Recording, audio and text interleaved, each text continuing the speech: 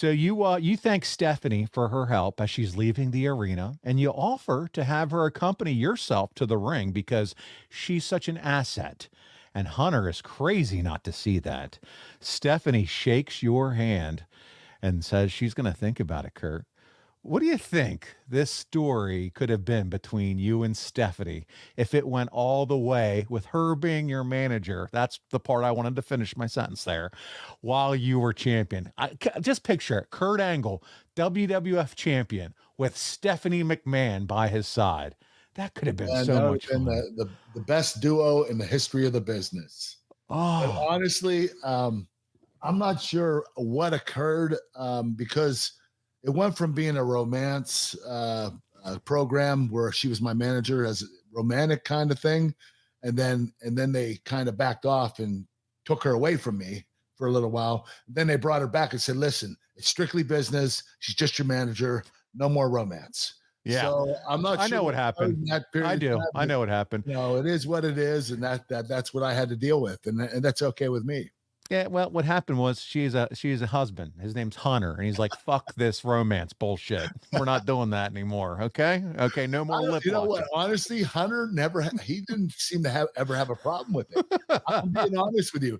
I actually kissed her on TV, and he wasn't like And Vince was he didn't give coaching me you. those I want words. to see tongue, Kurt Angle. Oh man. Well, she did manage one person as a WWF champion, and that was Chris Jericho. And there was always a lot of controversy about that story and how it all played out. So, what did you think of Jericho Stephanie Hunter story into that WrestleMania? You know what? I felt like Jericho relied on Stephanie too much. Jericho, this was his first world title. Right. I mean, this was really big for him. He actually won the Undisputed Championship, and they put him with Stephanie. And I felt like Stephanie was the head of it. She was calling the shots, and it was like, Yeah. A dang, lot of it's Chris spotlight on Jericho. her. Yeah, Yeah. Jericho, he should have been on his own, at least for his first title run.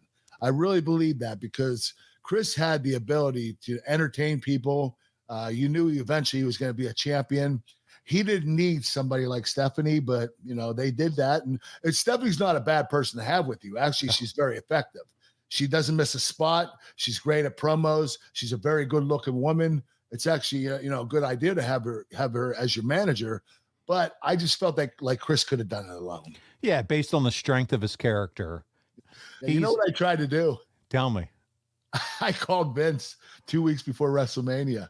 I'm like, hey, Stephanie was my manager, and we had a little romance going, and now she's with Jericho. I think you should throw me in the world title match with him and Triple H and make it a triple threat.